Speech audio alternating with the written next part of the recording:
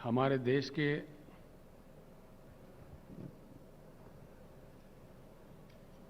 राष्ट्रपति चुनाव के लिए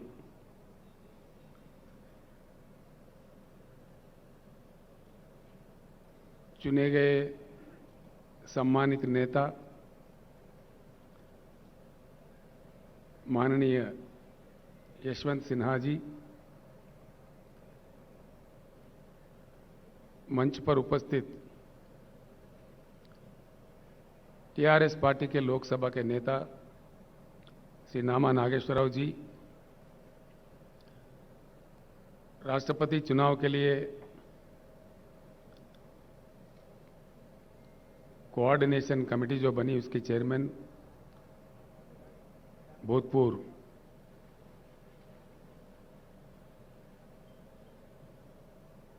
पार्लियामेंट मेंबर श्री सुधींद्र कुलकर्णी जी,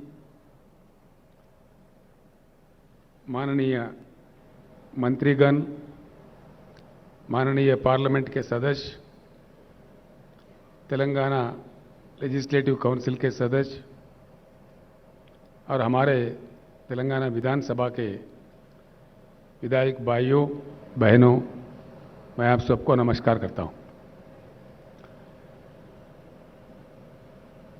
राजेश्वर रेड्डी के बाद फिर एक बार मैं यशवंत सिन्हा जी का हृदय से तेलंगाना जनता के ओर से, तेलंगाना सरकार के ओर से, हम तमाम के ओर से स्वागत करते हैं इस ऐतिहासिक हैदराबाद शहर में।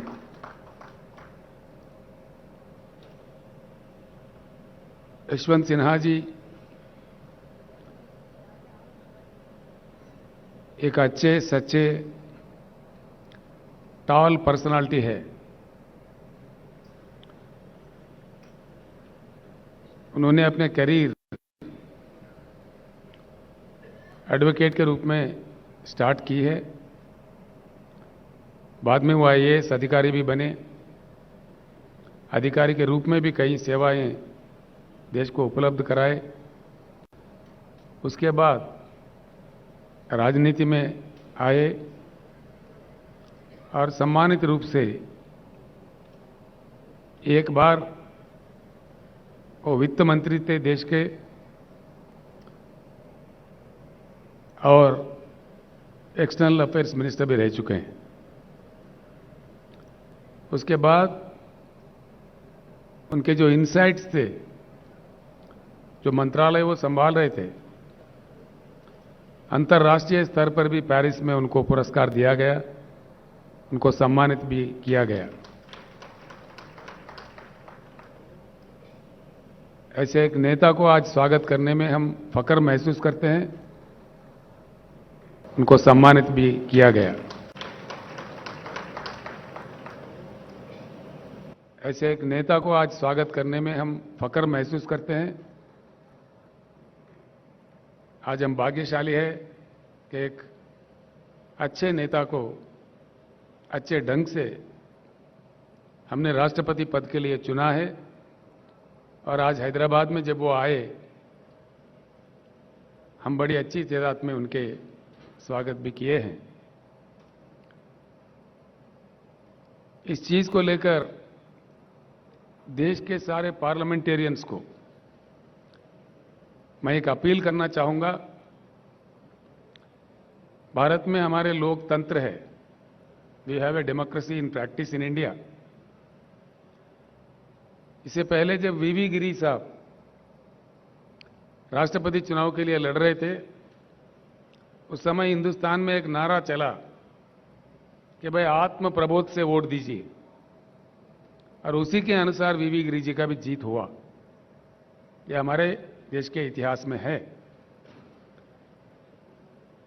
आज मैं सारे भारत के पार्लियामेंटेरियंस को, जितने भी पार्लियामेंट मेंबर्स हैं, विधायक हैं, जो भी इस चुनाव के लिए, राष्ट्रपति चुनाव के लिए वोट देने के लायक है, उन सारे भाइयों से बहनों से मैं अपील करता हूं, तुलना करके देखिए दोनों कैंडिडेट के बीच में, और आपके आत्मा के अनुसार, आत्मा प्रबोध के अनुसार यशवंत सिन्हा जी का तायीद कीजिए।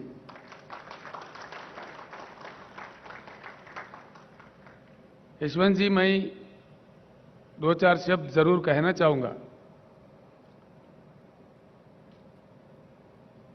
आशा करते हैं कि आप जीत जाए और देश का मान्यता बढ़े, देश का मान मर्यादा बढ़े। आप जैसे पर्सनालिटी जीतती है, व्यक्तिगत तौर पर आपका तो पर्सनालिटी बढ़ेगा ही, लेकिन देश का मान मर्यादा और बढ़ेगा। लेकिन क्या हो रहा है इस देश में? आज जो कुछ भी हो रहा है गलत हो रहा है। जो कुछ भी किया जा रहा है गलत किया जा रहा है। ऐसे स्थिति में देश को खामोश नहीं रहना चाहिए, आवाज उठाना चाहिए, सबको एकत्रित होना चाहिए और एक परिवर्तन ऐसा वैसा नहीं, एक उच्च गुणवत्ता वाली परिवर्तन। We need to bring in a qualitative change in Indian politics. It's the requirement of the nation today. आज के हमारे जो प्रधानमंत्री है वो आज हैदराबाद आने वाले हैं, 2 दिन के लिए यहां रहने वाले हैं।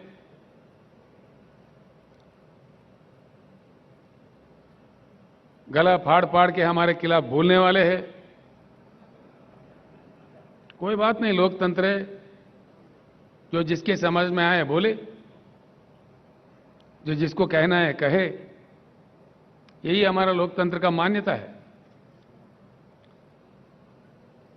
हम इतना ही कहना चाहेंगे, माननीय प्रधानमंत्री जी, जिस प्रकार से आप विपक्षी दलों के नेताओं पे गला फाड़ फाड़ के गलत आरोप लगाते हैं, उसी प्रकार से जो संबोधित करने वाले हैदराबाद सभा को, उसमें हमारे प्रश्नों का उत्तर दीजिए। ये मांग आज आपसे देश कर रहा है। प्रधानमंत्री जी, जब आप पहली बार चुने गए थे, जनता के साथ कई आश्वासन दिए थे, कई प्रॉमिसेस किए थे। एक भी, कम से कम एक भी आपका किया हुआ वादा पूरा हुआ क्या?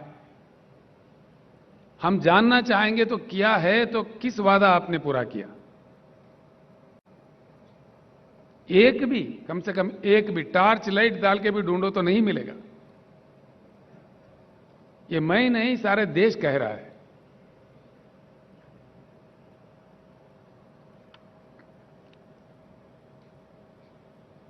आप समझते हैं आपसे बड़ा बुद्धिशाली कोई है ही नहीं।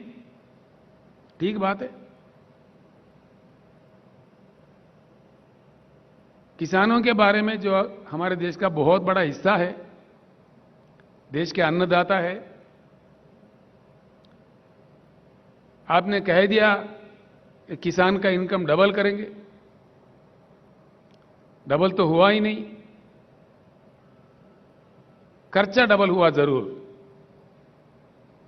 आपने जिस प्रकार से डीजल बढ़ा दिए, पेट्रोल बढ़ा दिए, बिजली का कीमत बढ़ा दिए, खाद का कीमत बढ़ा दिए, उससे इन्वेस्टमेंट डबल जरूर हो गया है। भले ही मैं हैदराबाद से कह रहा हूं कि हिंदुस्तान के हर किसान ये बात जानता है, वो उनका पर्सनल एक्सपीरियंस है। और आपने जिस प्रकार से 3 बिल लाए हैं खेती किसानी को लेकर के, 13 महीने इस देश में किसानों ने आंदोलन किया आपके सरकार के खिलाफ, आपके नीतियों के खिलाफ। आप किस प्रकार के गंदे गंदे आरोप हमारे अन्नदाताओं पर लगा रहे थे। आपने तो उनको उग्रवादी कह दिया, खालिस्तानी कह दिया, जो आपके मन में आए मनमानी कह दिए। आपके मंत्रियों ने आंदोलनकारियों पे जीप चढ़ाए, कार चढ़ाए, मार दिए, हत्या भी किए। और उस दौरान 700 किसान वीर गति पाए। आंदोलन लड़ते लड़ते 700 किसान का मृत्यु हुआ। आपको इस चीज का एहसास ही नहीं है।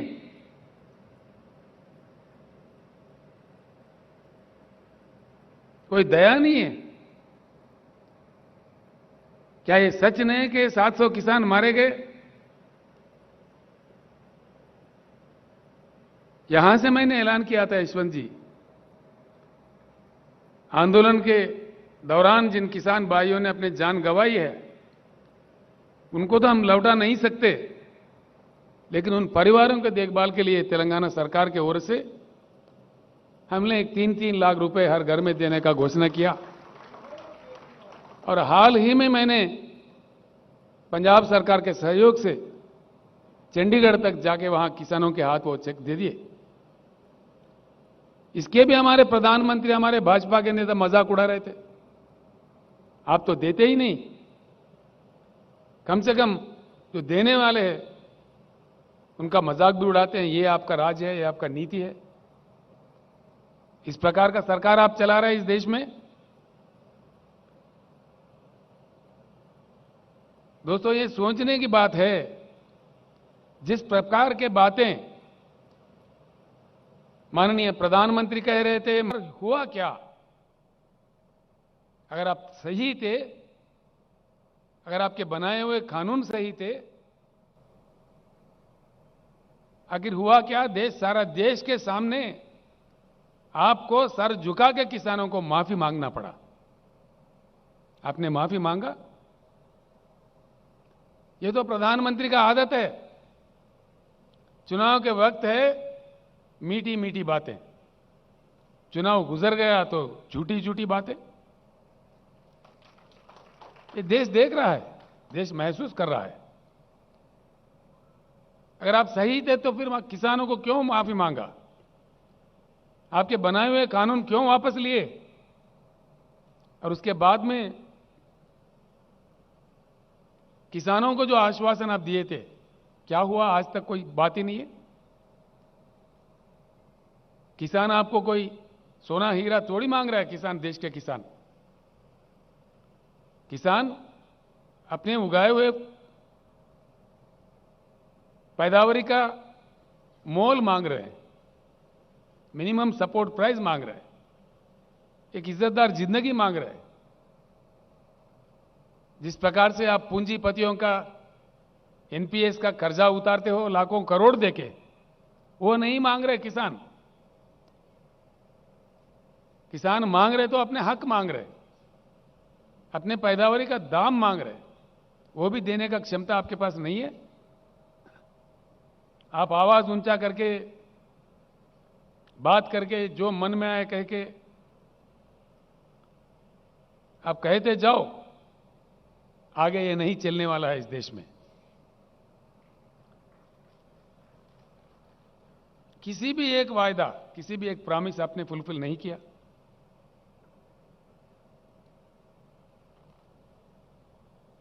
आप जो अपने आप का तारीफ करते हो, हर चीज में देश का मान मर्यादा खत्म होते जा रहा है। आपका तानाशाही दिन ब दिन बढ़ते जा रहा है, जो देश के लिए खतरा है। मैं इसीलिए सबसे हमेशा कहते आ रहा हूं और आगे कहेंगे भी कि राजनीतिक परिवर्तन से इस देश में कुछ बदलने वाला नहीं है, कुछ बदलाव होने वाला भी नहीं है। राजनीतिक परिवर्तन होगा, जरूर होगा, कोई परमानेंट नहीं है। मोदी जी से पहले भी कई प्रधानमंत्री बने। तो जनता जिसको मौका देता है सेवा करने का, करके अपने रोल निभा के चले जाते हैं। मोदी जी, मुझे लगता है कि एक भ्रम में है कि हम ही परमानेंट है। कोई परमानेंट नहीं है, ये अननेचुरल है। इस देश में लोकतंत्र है, इसलिए परिवर्तन कभी भी संभव है, असंभव नहीं है। क्या चला रहे हैं आप? देश में क्या हो रहा है? किस प्रकार का नीतियां अपनाया जा रहा है?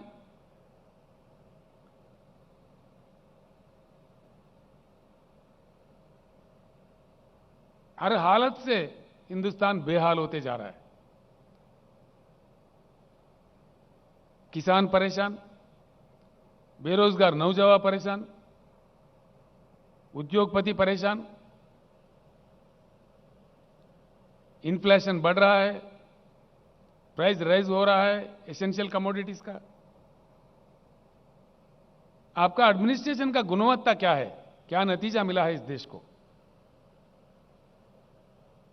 Gross misuse of all constitutional bodies, gross misuse दिन ब दिन देखने को मिलता है इस देश में। आप हावी है, आप प्रहार कर रहे हैं। जो आपके विरोध में बोलता है उनको सताया जाता है। लोकतंत्र का खात्मा कर रहे हैं आप, लोकतंत्र का हत्या कर रहे हैं। राज्यों के सरकार को गिराने में आप व्यस्त है। अब तक नौ सरकारें आपने गिराई है, यह आपके रिकॉर्ड में है।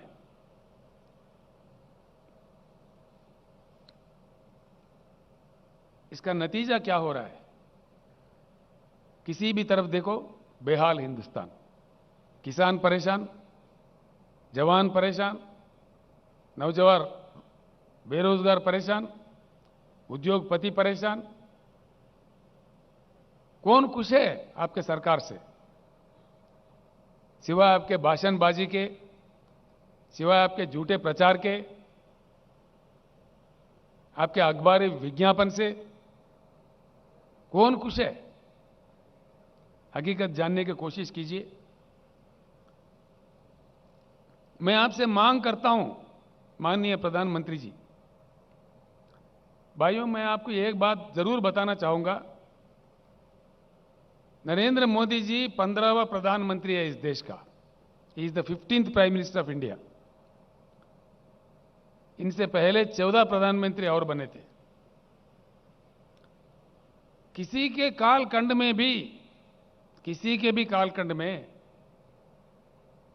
देश का मान मर्यादा इतना नहीं गिरा जितना आपके कालखंड में गिर रहा है। प्रधानमंत्री जी, आपके नारा है भाषण शुरू करने से पहले भारत माता की जय। अगर आपके नारा में सही दम है, आपके रगों में बहता हुआ खून में एक बूंद में भी ईमानदारी है, सच्चाई है, तो एक बात मैं सवाल कर रहा हूं, उसका उत्तर दीजिए। कल के सभा में देश के सामने बताइए कि आपके खिलाफ किस प्रकार का जन आंदोलन चल रहा है श्रीलंका देश में, क्यों चल रहा है? आपने श्रीलंका जाके प्रधानमंत्री का रोल नहीं निभाया, बल्कि एक छोटा सा व्यापारी का सेल्समैन बन गए थे आप। देश का अपमान किए। नतीजा, श्रीलंका का जनता टूट पड़ी है श्रीलंका के रोडों पे। यह शोभा देता है हमारे देश को? अंतर्राष्ट्रीय स्तर पर देश को सर झुकाना पड़ रहा है आपके कारनामों के वजह से। क्या यह सच नहीं है? आपके मंत्री लोग, आपके प्रवक्ता लोग, आप खुद भी गला फाड़ फाड़ के बड़े ऊंचे आवाज में बोलते हो। क्यों चुप्पी साधे हुए है श्रीलंका के मामले में? कोई सरकारी प्रवक्ता अपना मुंह क्यों नहीं खोल रहा है? और आप अपने आप में, खुद में क्यों नहीं बोल रहे इस बात में? क्यों चुप्पी साधे हुए हो? क्या वजह है इसके? और इससे बड़ी चीज क्या हो सकता है? श्रीलंका पार्लियामेंट कमेटी के सामने श्रीलंका इलेक्ट्रिसिटी बोर्ड के चेयरमैन बयान दिया दुनिया के सामने खुलेआम कि भारत के प्रधानमंत्री के दबाव के कारण हमने ये कॉन्ट्रैक्ट किसी हिंदुस्तानी व्यापारी को दिया। ये क्या देश का इज्जत बढ़ाएगा? किसी भी आपसे पहले आए हुए, बने हुए किसी भी प्रधानमंत्री जी के कालखंड में ऐसे आरोप भारत पर नहीं लगे।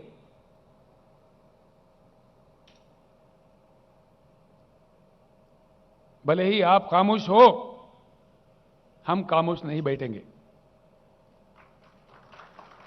हम जरूर लड़ते रहेंगे। व्यक्तिगत रूप से मुझे भी नरेंद्र मोदी से कोई लेना देना कुछ नहीं है। आपके जो पॉलिसीज है, जो किसान विरोधी, जनता विरोधी, लोकतंत्र विरोधी, तानाशाही पॉलिसीज जो है, जिस प्रकार का जुल्म, सरकारी संस्थाओं का दुरुपयोग आप कर रहे हैं, उसके विरोध में हम बात करेंगे। पॉलिसीज पे हम बात कर रहे हैं। अगर आप ईमानदार है, सच्चे हैं, तो कल के पब्लिक मीटिंग में हैदराबाद से ही भारत के जनता को उत्तर दीजिए। बताइए साफ साफ क्या हुआ श्रीलंका में, यह हम आपसे पूछ रहे हैं। वरना हम आपको दोषी मानेंगे, बिल्कुल दोष देंगे आपको।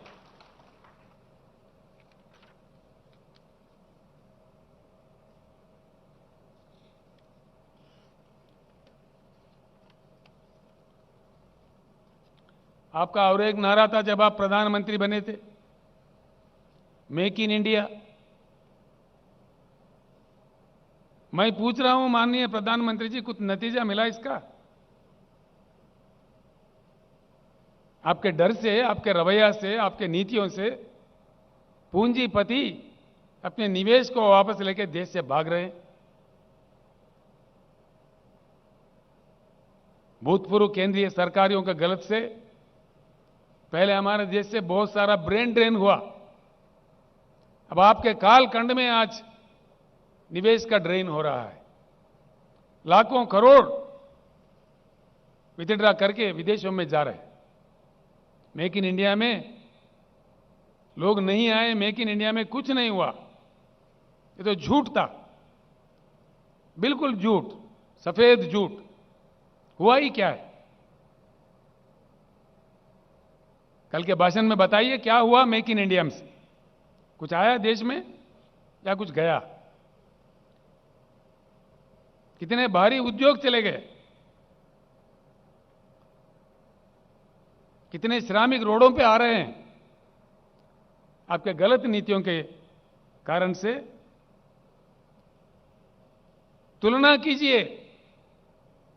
अगर आपके पास बुद्धि की कमी है तो सीख सकते हैं। हमारे बगल में हिमालय के उस पार रहने वाले चाइना में क्या हुआ?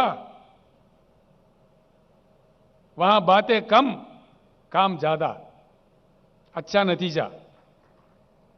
यहां हमारे पास बातें ज्यादा, काम कुछ नहीं, गलत नतीजा। मेक इन इंडिया को लेके चाइना में किस प्रकार का क्रांति आया, कितने उद्योग आया, कितने निवेश आए।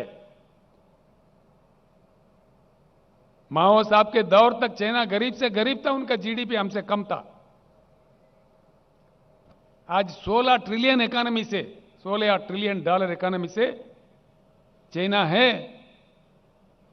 आपने देश का मजाक उड़ा दिया 5 ट्रिलियन इकोनॉमी का ख्वाब दिखा के। 5 ट्रिलियन ही मजाक था। अपने आप में हासिल होने वाला प्रगति को आपने आपका प्रचार कर लिया 5 ट्रिलियन इकोनॉमी का। खैर ठीक है, वो 5 ट्रिलियन में भी पहुंचेंगे हम लोग। आज कहां पे है हम लोग? हमारे से बुरा हाल रखने वाला चाइना, हमारे से कम जीडीपी रखने वाला चाइना, हमारे से कम कल्टिवेबल एरिएबल लैंड रखने वाला चाइना आज कहां है?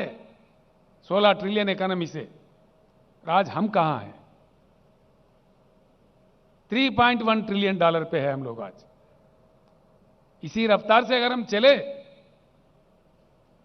आपके बताए हुए 5 ट्रिलियन पे भी पहुंच पाएगा हिंदुस्तान? कभी नहीं, यह असंभव है। आपके कालखंड में तो देश में हर चीज गिर गया। जीडीपी क्रैश, ये मेरा नहीं, सरकारी फिगर से इन्फ्लेशन बढ़ता, जीडीपी गिरता, प्राइस राइज तो आप कंट्रोल नहीं कर पाते।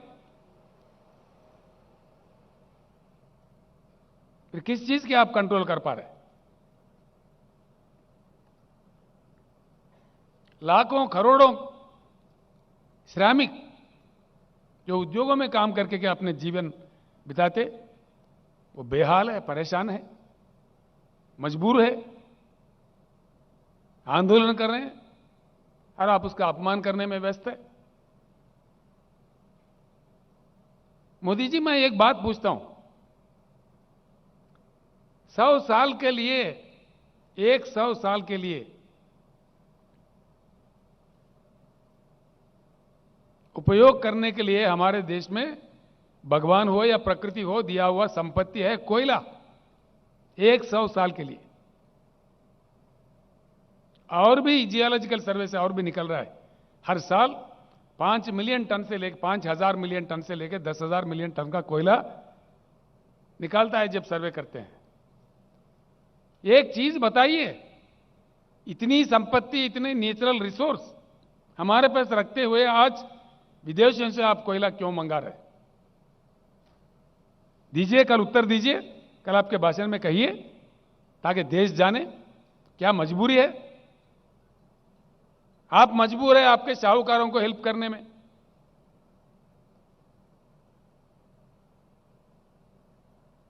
आप तो है मजबूर, राज्यों के सरकार पे दबाव डाल रहे, हुकुम पे हुकुम दिए जा रहे कि 10% इंपोर्टेड कोयला इस्तेमाल करो, वरना तुम्हारे कोल इंडिया से कोल सप्लाई बंद किया जाएगा। ये क्या दादागिरी है, जबरदस्ती है? ये लोकतंत्र का मान मर्यादा है? यशवंत जी, मैं आपके सामने रखना चाह रहा हूं, हमने इनकार कर दिया, आप जो मर्जी कर लो, क्योंकि हमारा एक इतिहास है, कोल इंडिया के अलावा हिंदुस्तान में एक ही राज्य है जिसके पास एक कोयला खाना है, उसका नाम है सिंगरेनी कालरीज। हमने कहा हमारे खुद का कोयला है तो हम क्यों ले? हैरत की बात यह है, हिंदुस्तान का कोयला 4,000 के अंदर एक टन मिलता है। मोदी जी का जो कोयला है 25 से लेकर 30,000 का मिलता है, 4 गुना 5 गुना ज्यादा दाम देके, क्योंकि इनका दोस्त है एक साहूकार, वो इंपोर्ट करता है।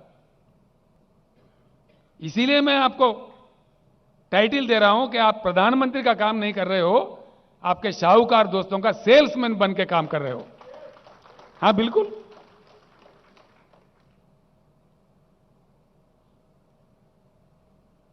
हम आपका कोई व्यक्तिगत निंदा नहीं कर रही है, आपका जो कोयला इंपोर्ट पॉलिसी है उस पर हम आपको दोषी ठहरा रहे हैं। अगर आप दोषी नहीं है, आप सही है, तो कल उत्तर दीजिए। कल के आम सभा जो बड़े हिंदुस्तान के आपका सारा फौज उतार के आप आयोजित कर रहे हो, खुशी की बात है, कीजिए, हमें उससे कोई एतराज नहीं है। लेकिन उस सभा के दौरान जो आपका भाषण होगा, जो सवाल आज हम खड़े कर रहे हैं देश के जनता के तरफ से, इनका उत्तर हम आपसे चाह रहे हैं, क्लैरिफिकेशन हम चाह रहे हैं। अगर आप निर्दोष हो तो बताइए, देश के सामने रखिए।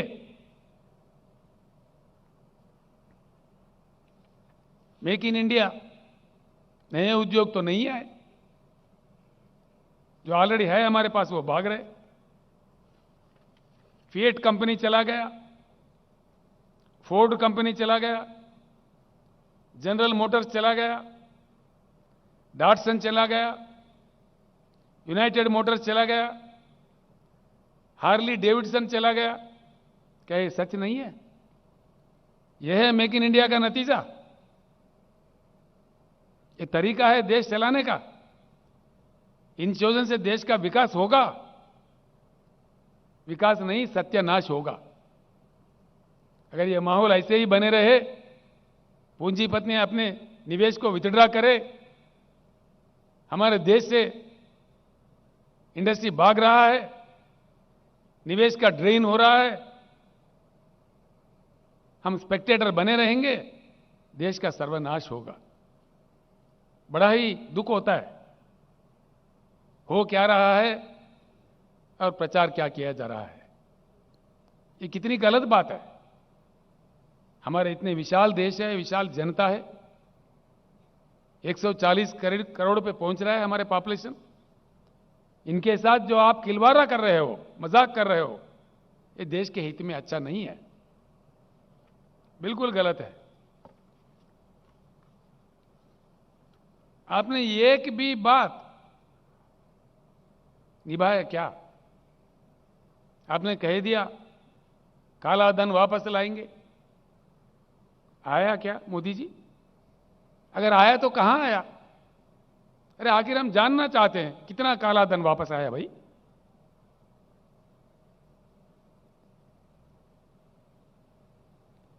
सर झुक जाता है शर्म से। सरकारी आंकड़े बताते हैं कालाधन डबल हो गया, दुगना हो गया।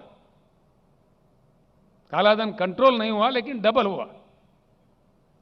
स्विस बैंक से पैसे नहीं आए, मोदी जी के कालखंड में दुगना हो गए, डबल हो गए। ये रिपोर्ट्स है, ये हमारे आरोप नहीं है, ये हकीकत है। ये सारे देश और दुनिया जानता है कि यही विकास है, यही आपका महान कार्यकारिता है।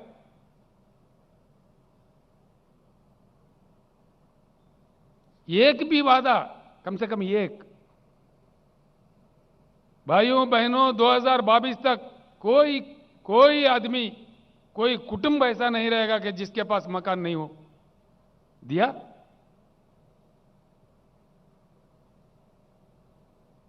हम तो 2022 में आ गए, मोदी जी अभी नहीं पहुंचे 2022 में। बड़ी अजीब बात है।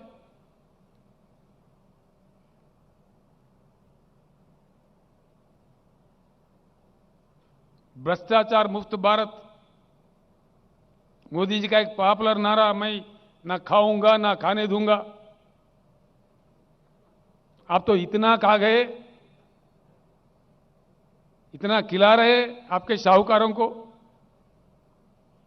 घोटाले लाखों करोड़ों में जा रहा है। हां पूरा है, रखेंगे हम भी देश के जनता के सामने सही वक्त में, बिल्कुल है। किस किस देश से किस किस आपका व्यापारियों का आपने सेल्समैन बन के काम किया, उसके पीछे कितने बड़े बड़े घोटाले हैं, देश जान चुका है मोदी जी। आप डरा धमका के कितनों की आवाज दबाओगे, कितनों को रोकोगे? भ्रष्टाचार बढ़ गए देश में, घोटाले बढ़ गए, बैंक के लुटेरे बढ़ गए, एनपीएस का लेवल इस कद में बढ़ा। मोदी जी आपसे पहले नॉन परफॉर्मिंग अकाउंट्स का जो गिनती है वो सिर्फ 4-5 लाख करोड़ में थे। आज एनपीएस का क्या दर है? 20 लाख करोड़। ये है विकास मोदी जी, इस तोहफा दिया आपने देश को। क्या ये भी गलत है? हम जो कह रहे हैं सच कह रहे हैं, आप ही के बताए हुए आंकड़े कह रहे हैं, ये हमारे आंकड़े नहीं है। These figures are not mine. This figure has been given by the Honorable Finance Minister of India as an answer to the question in the Parliament. The rate of NPS in India today is about 18.6 lakh crores. पता नहीं उसके बाद में और कितने बड़े। This is the reply by the Honorable Finance Minister of India. यह आपके गतिशील विकासशील नीतियों का नतीजा है क्या? किस चीज का यह नतीजा है? आपके गलत कारनामों से, गलत उसूलों से, गलत फैसलों से देश का मान मर्यादा गिर रहा है, जीवन प्रमाण गिर रहा है, लोगों में आक्रोश बढ़ रहा है। ये सच है। 15 लाख देंगे, हर किसी के खाते में आ जाएंगे। 15 पैसे नहीं है। लोग इंतजार कर रहे हैं, कभी कह रहे हैं मोदी जी हम तो आपको वोट देते रहेंगे 15 लाख जब तक हमारे खाते में नहीं है। आशा है कि आप देंगे। कभी गा रहे हैं आपके गुणगान।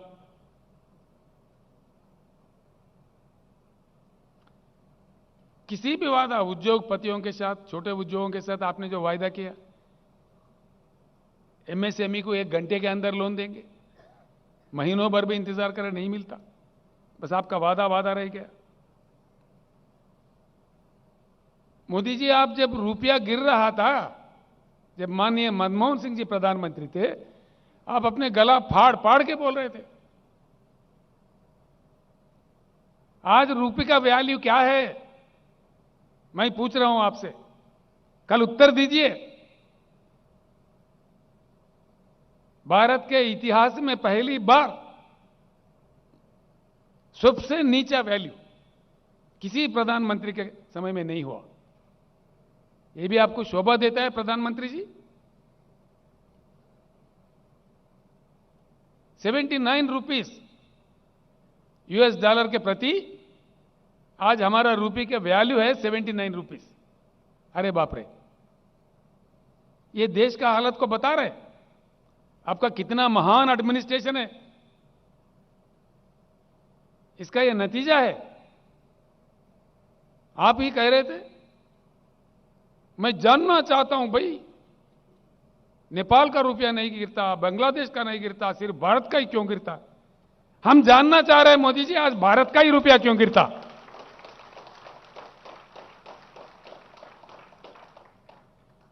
हम भी आज जानना चाह रहे हैं, देश जानना चाह रहे हैं। किसी प्रधानमंत्री के समय में इतना नीचे नहीं गया रुपये वैल्यू जितना आपके समय में जा रहा है। और फिर भी आप बोलते हैं आपका ढोल बजाओ।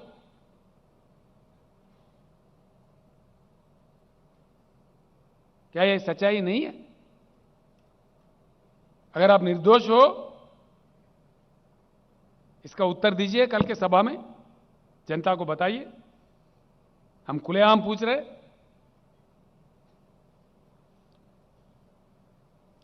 न मकान दिए, न दुकान दिए,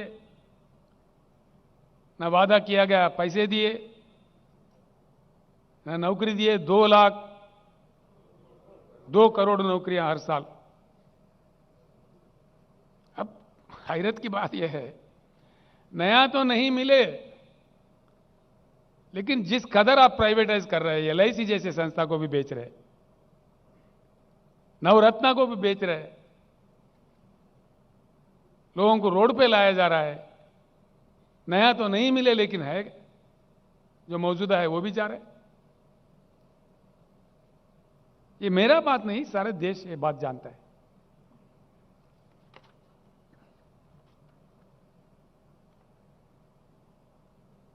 अब इतनी बड़ी लिस्ट है जो पढ़ के मुझे हमारे मधुसूदनाचार्य साहब ने लिख के दिया।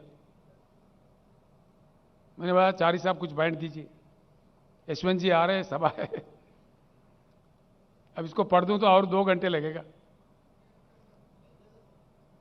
पढ़ना चाहिए, बाद में पढ़ेंगे, बहुत समय है। मोदी जी, आपका कालखंड में इतनी खूब, एक भी काम आप कामयाब नहीं रहे। एक भी काम। आप अपने आप को रिव्यू कीजिए एक बार, मन से इंट्रोस्पेक्ट कीजिए, क्या हो रहा है। गंगा जी को बहुत पवित्र मानते हैं हम लोग। गंगा जी का पानी पूजा पाठ में हम इस्तेमाल करते हैं। इतनी पवित्रता, इतनी मान्यता। गंगा जी में अपने बुजुर्गों का अस्थि निमज्जन करते हैं हम लोग। हां, इस बात में मोदी जी का एक बहुत बड़ा विकास इन्होंने किया है। पवित्र गंगा में इन्होंने अस्थि नहीं बल्कि मानव शरीर को ही बहा दिया। शव बहे, हजारों के तादाद में शव बहे। कोरोना कंट्रोल में पूरी तरह से आप फेल्यूर हो गए। लाखों लोगों का मृत्यु का आप कारण बने। सडनली जो ओवरनाइट आपने लॉकडाउन अनाउंस किया, आजादी के बाद the largest trauma faced by the Indian polity, you made the people, lakhs of people, crores of people to walk on the roads. दुख होता है। जो वीडियो कॉन्फ्रेंसेस कोरोना का समय में ये कर रहे थे, मैंने सुझाव दिया था, यशवंत जी, बड़ा दुख होता है। मैंने कहा भाई ट्रेन तो दे दो, कम से कम उनको भेज देते हैं, ट्रेन चालू करो। शर्म की बात तो यह है, उतने गंभीर समस्या जनता फेस कर रही थी, दुखी थी जनता। मोदी जी कहता फ्री ट्रेन नहीं देंगे। यशवंत साहब, आप जिस राज्य से आते हैं वहां का भाई बंधु हमारे पास कई इलाकों में काम करते हैं। लाखों लोग बिहार से, झारखंड से, बंगाल से, उत्तर प्रदेश से, तेलंगाना में काम करते हैं, कईयों फील्ड्स में। मैंने उन लोगों को आश्वासन दिया, भाई मोदी साहब नहीं दिए, लेकिन हम है, तेलंगाना राज्य की सरकार है, हम आप लोगों को तेलंगाना राज्य के विकास के प्रतिनिधि मानते हैं। आपके पसीना से, आपके मेहनत से तेलंगाना का प्रगति बढ़ती है, तो इसीलिए हमने हमारे लोगों के साथ उनको मुफ्त राशन दिया, दवाई दिया, फ्री ट्रेन 178 ट्रेन तेलंगाना सरकार के ओर से बुक करके वो घर पहुंचे तक उनको हर चीज, वाटर बॉटल्स के साथ, खाने के साथ, उनके जेब में 1-1 हजार रुपए देके हमने उसको विदा किया। ये है मोदी जी का नीति। देश के जनता के साथ केंद्र सरकार, देश के जनता के प्रति मोदी जी का ये प्रेम है। फ्री में ट्रेन भी अरेंज नहीं करते जब जनता दुखी है। करोड़ों जनता, एक दो नहीं, करोड़ों में।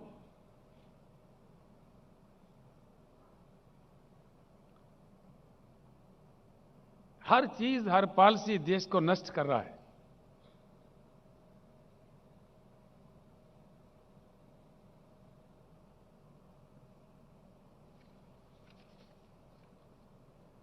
इंटरनेशनल इंडेक्सेस है,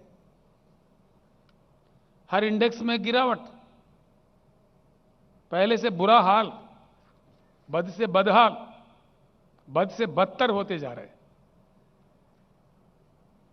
ह्यूमन डेवलप इंडेक्स में हमारे स्थान 80 पर था, माननीय मोदी जी के कालखंड में 131 पे पहुंच गए।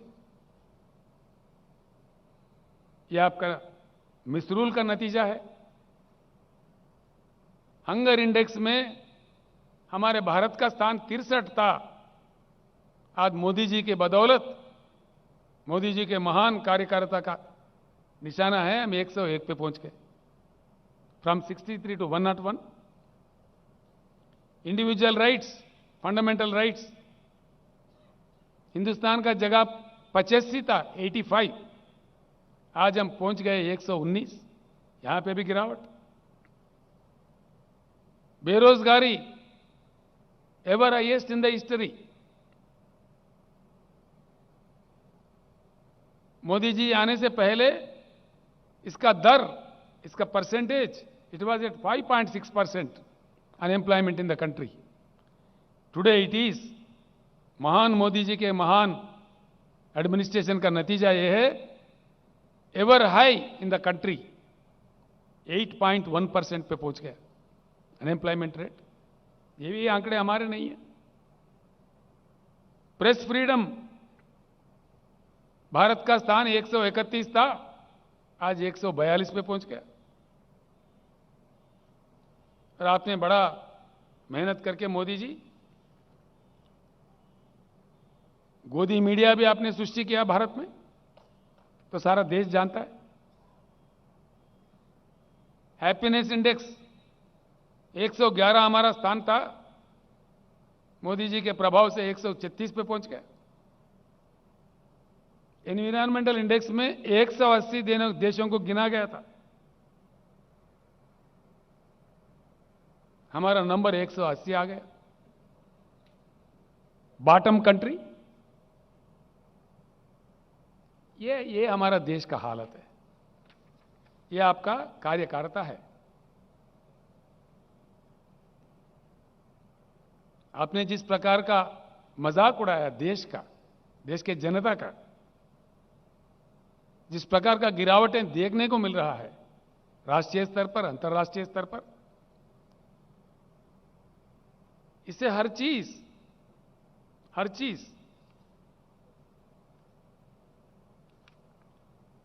खराब होते जा रहा है। कईयों बातें एक तरफ ये है तो दूसरी तरफ आप क्या कर रहे हैं? Successfully killing the democracy every day,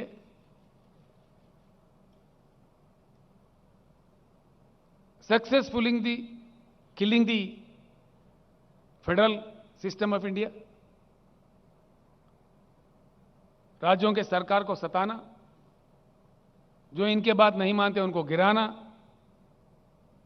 इतने महान लोग हैं, ये एक आश्चर्यजनक बात है सर, आश्चर्यजनक। यहां महान केंद्रीय मंत्री है जो मोदी साहब के क्लासेस सुन के ट्रेंड है, बड़े महान मंत्री देख रहे, केंद्रीय मंत्री आज हैदराबाद में कह रहे, बड़ा आश्चर्य होता है।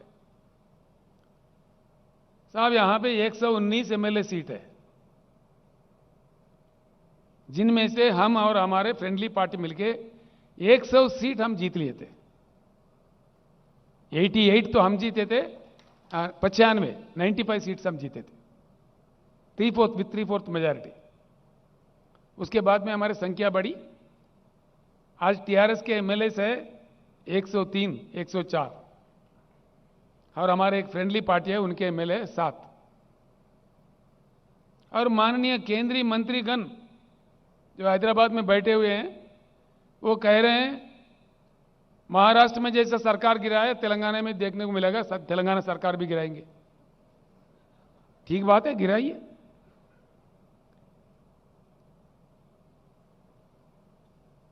हम भी इंतजार कर रहे हैं उस बात का, ताकि हम फ्री हो जाए, आपको दिल्ली से उतार देंगे।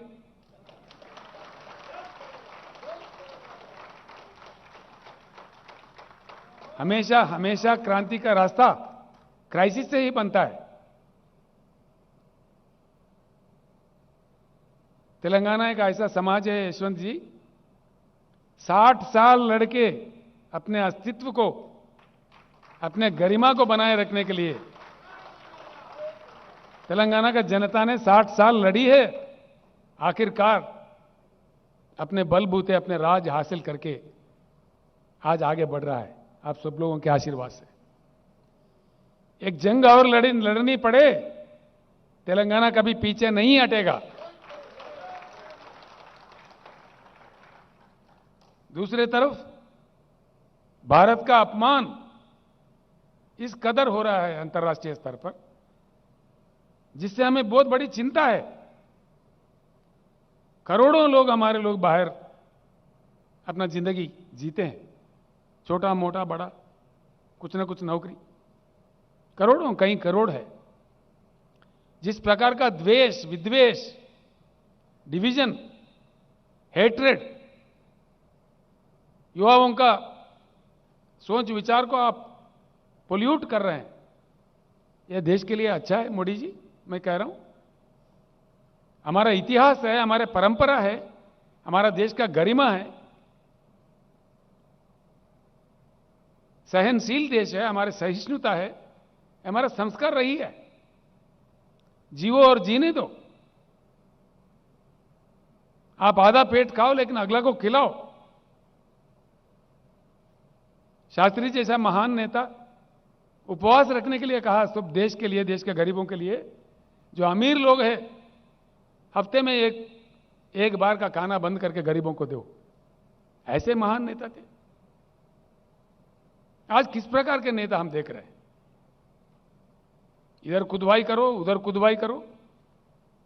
यह है देश भारत? किस भारत का सपना आपने बताया चुनाव के दरमियान, और किस प्रकार का नजारा आप आज दिखा रहे हैं? आपका प्रदर्शन किस प्रकार का विष द्वेष, जो अंतर्राष्ट्रीय स्तर पर हम गिर रहे हैं, भारत देश का अपमान हो रहा है, जो आगे के लिए अच्छा नहीं है। It's not at all good for the country. बिल्कुल democracy is killed, federalism is killed. कानून बदल के, रास्ते बदल के, राज्यों के पैसे छीन लो, टैक्स को सेस में बदलो। यशवंत जी, करीब 30 लाख करोड़ जिनमें से राज्यों को हिस्सा देना था टैक्स, इन्होंने टैक्स को नाम दिया सेस। आप जानते हैं, you know it very well because you are the great finance minister of India, you know the insights. करीब 30 लाख करोड़ अकेले ही ले लिए।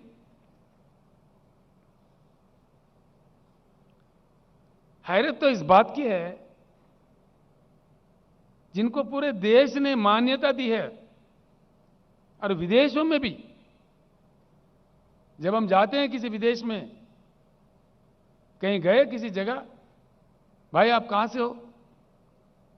आई एम फ्रॉम इंडिया। अच्छा, you are from Gandhi's place, mister Gandhi's place, the great peace messenger mister Gandhi, the messenger of non violence, the father of the nation.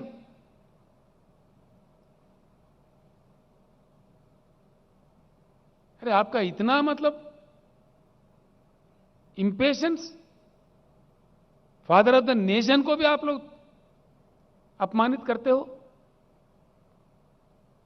Father of the nation, स्वच्छ Bharat mission में गांधी जी का ऐनक लगाते, गांधी जी के समाज पे आप नाटक करते, प्रदर्शन, और आपके लोग गांधी जी का कितना अपमान करते हैं हर दिन।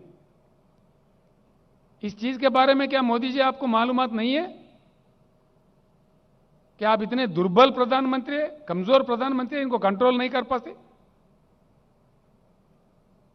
गांधी जी को हमारे देश में हमारे देशवासी अपमानित करे,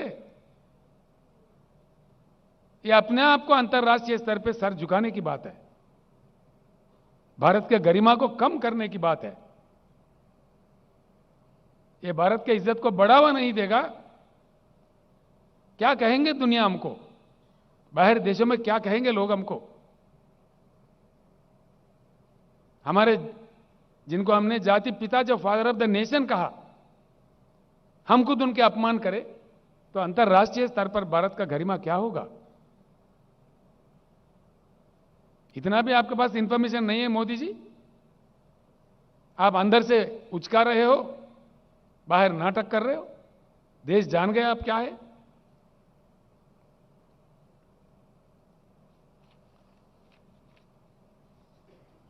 अनवांटेड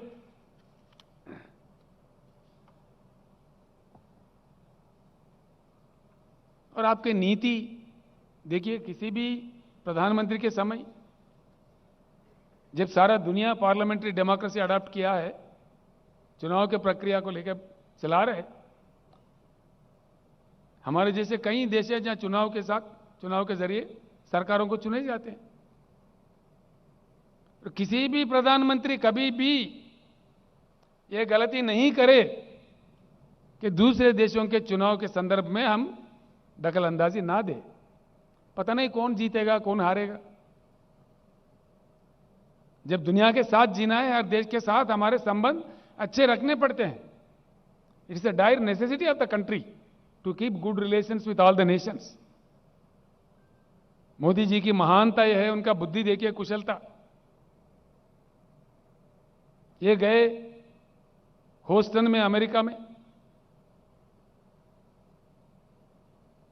अमेरिका अध्यक्ष का लड़ाई लड़ने गए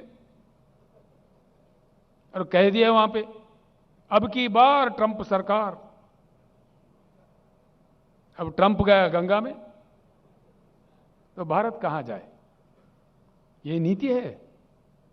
ये जो काम आपने किया, जान के किया या अनजाने में किया मोदी जी? कोई देश का प्रधानमंत्री ऐसे करेगा कभी भी?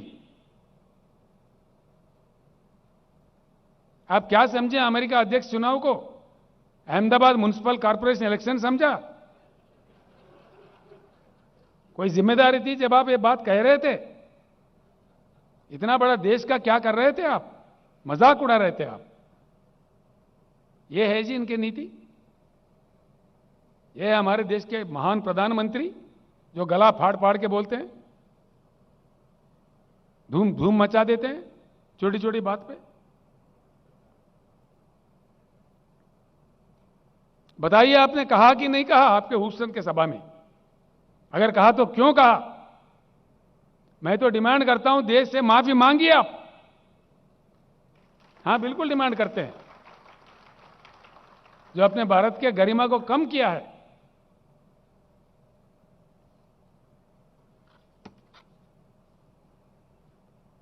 जो कि देश को आज सर झुकाना पड़ रहा है।